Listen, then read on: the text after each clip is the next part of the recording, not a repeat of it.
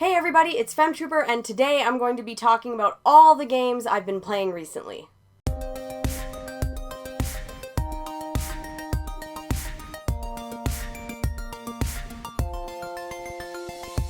I just beat 3 games actually, so I really want to talk about them. Instead of doing separate reviews and having to wait weeks and weeks for me to talk about them, let me just talk about them here like this. I really like this format of kind of just talking about everything you've been playing or what you've beat. So let's get into it and I'll tell you about some games I recently completed. Remember, before we get into it, if you aren't subscribed, please make sure to do so. It really helps out the channel. And like this video and tell me what games you've been playing recently. Alright, first up, we gotta talk about a game that I actually beat on New Year's Eve, so it counts as a 2023 game that I beat, but I just haven't done a video on it. So let's just get into it. It's Master Detective Archives Rain Code, and this is made by the same people who did Danganronpa. It's the same art style, it's the same vibe, same composer, I love that dude, but it's not as good as Danganronpa, so I'm just gonna tell you that right now. It's just not quite as good. For me, it overstayed its welcome. I don't know if that's just how I was playing it or my mood at the time. It just takes a long time for things to get going in each chapter. It really dragged for me, and it's a really neat idea. I mean, yeah, it uses the amnesia trope. You don't remember anything. It's one of those.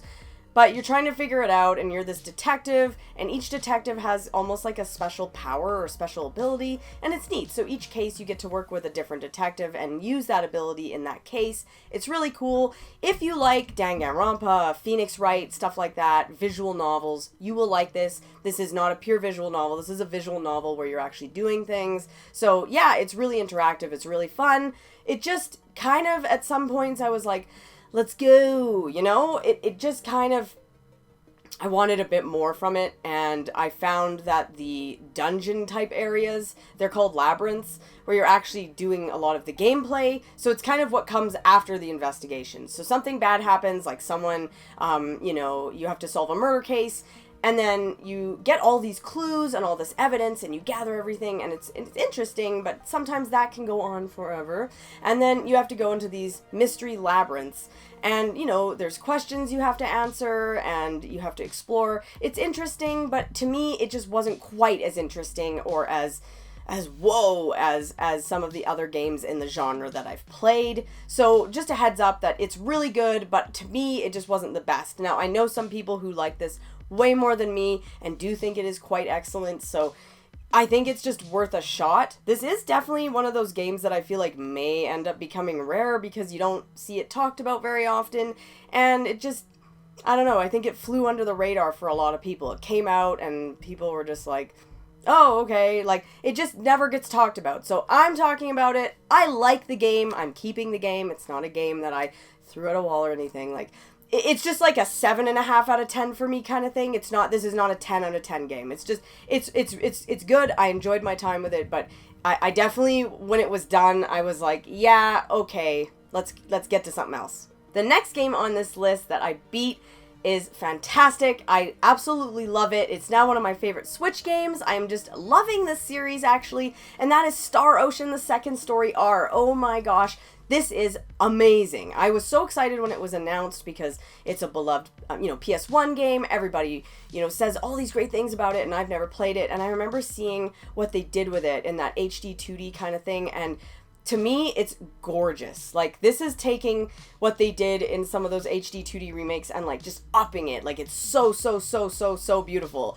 I absolutely love this game. It's really fun. I'm really liking Star Ocean as a series because I started with Divine Force, and I like that. I thought it was a great game, and this one is excellent. I'm not sure which one I like more. I really do like both of them.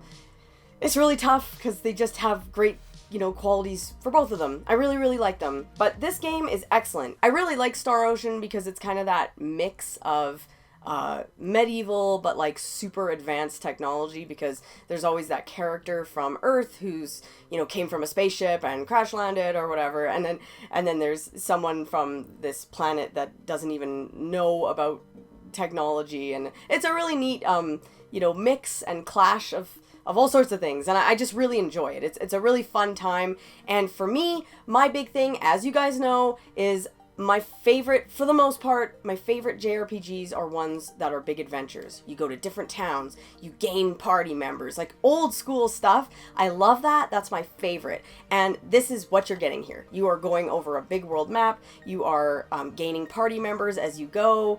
You know, there's different towns that are there's not the variation you're going to get in some other games, but there's definitely different towns that I quite enjoyed. I really like exploring and seeing different towns and going to different shops and talking to people, you know, going in the houses. I love that. That's my favorite. You get that here. This is that big, grandiose sense of adventure. You're getting that here. So if you like that, you'll like that.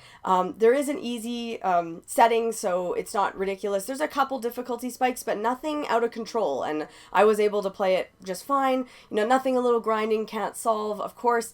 So really, really cool game. I highly recommend this. Like, whatever platform you choose, oh my gosh, just a great game. And again, I gotta just talk about those graphics. They are stunning. Stunning. Like, the game looks amazing. The way the cinematography is and the way you have these 3D sort of beautiful landscapes mixed with these pixelated characters, it is fantastic. Like, it really truly looks great, and I hope we get more games from this era, like Super Nintendo, PS1. I really want more games like that. Like, if we're gonna get a remake of a game, make it look like this. So then I found myself needing a Switch game because I've been playing a PS5 game that we'll talk about in a sec, and I wanted a Switch game because I usually play Switch on the treadmill a lot. So I was like, oh, well, you know, I am running and I need something now. So what can that be? And I was gonna just, you know, play a game like Theater Rhythm or something. But then I thought, no, I need something. So then my friend Lewis was like, okay, why don't you play this one that I'm going to talk about? And so I thought, yeah, because it's apparently like 10 hours long or something. So I thought, yeah, let's do it. And that is Infinity Strash Dragon Quest, The Adventure of Dai. Ugh, quite a title. Okay, this is one that's weird to talk about, so let's talk about it because, again, not a lot of people bought this game. It got horrible reviews, but I knew some people who had played it, and they said it's actually not bad. So I thought, let's chance it, let's play it. So here are my thoughts. This is a game that is good, but it's not great, and it has issues. And I can't recommend it to everybody. I feel like I'll recommend it to someone who either likes the anime, which I have not seen, but I think it might be kind of fun to play if you've watched it or you've read the manga. So I feel like those people might get something here. If you like visual novels, then I think, hey, this is kind of a good one for you because it's like you like visual novels, maybe you're new to JRPGs or you like JRPGs, whatever.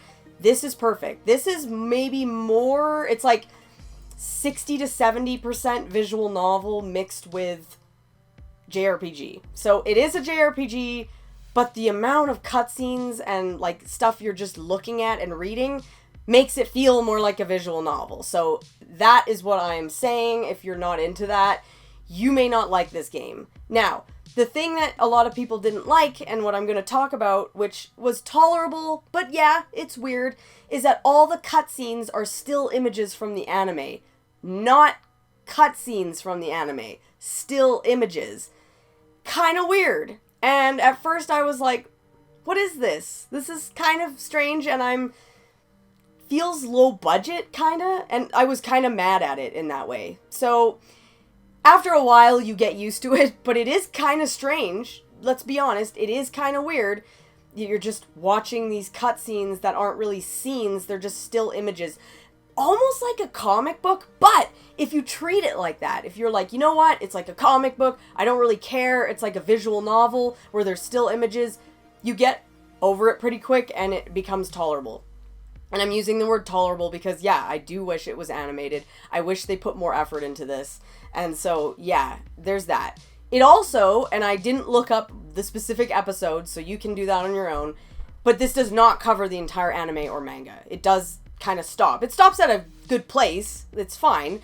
But just know that you're not getting the complete story here. So, yeah, there's negatives here. This game is not amazing, but it's also not awful. This is not some really bad, horrendous, 1 out of 10, throw at the wall, like, I'm gonna step on it kind of game, like, you know what I mean? Like, I'm gonna trade this in so fast. It's not one of those. It's not really bad, but it's also not a 10 out of 10 phenomenal, like, best, game you can play. This is not one of those either.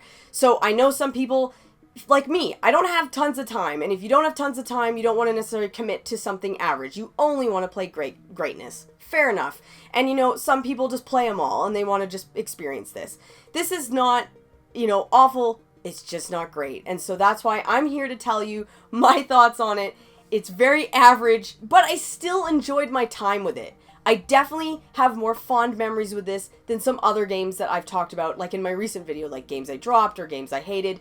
Those are games I legit hated. I hate them. I traded them in so fast. This is different. This is actually, like, enjoyable. It just has a lot of flaws. It's not perfect, and I feel like a lot of them are because it was kind of, like, it feels low budget. So just know that, but yeah, if you like visual novels, you actually may like this more than others. So I don't know who I'm talking to, because some people I know are watching this going, oh my god, that is not for me. And I think some of you might be like, you know what? Maybe worth a shot. This game was definitely expensive, which is annoying to me, and, it should definitely not be expensive, but maybe digitally, if it's on a sale or whatever, give it a shot. The next game is a game that I want to briefly talk about, because I'm going to save it for when I actually beat it for another one of these videos. So you can look forward to that. But I will briefly, just for a second, talk about Like a Dragon Infinite Wealth, because, oh my god, guys, I'm on the final chapter of this game, so I'm probably going to beat it this week, and I am, like, I know I'm going to bawl my eyes out. I know I'm going to be upset and happy and angry and feeling every emotion that there possibly is. All I can say is that, yeah, it's great. It's fantastic. I absolutely love it. I'm a big Yakuza fan. I loved Yakuza Like a Dragon, and this is the sequel to that. Whoa, it is really good, guys. It's really good. So I'm not going to talk about it because I want to save it for when I actually beat it. That's sort of my style, is I talk about games when I beat them, not really when I'm like half done or whatever. But I'm so close to finishing it, and I gotta just mention it. So it's really good. So those are all the recent games that I just beat. So excited. It's March, but I've beat 3 games this year, 3 JRPGs. I think that's pretty solid. About to beat a 4th, and then, just keep going and keep starting games. I absolutely love it. The more games I beat, the more knowledgeable I am, and it just makes me very happy. So, what games have you beat recently? What are you playing? What are you doing? Tell me in the comments, and of course, I'll see you guys in my next video.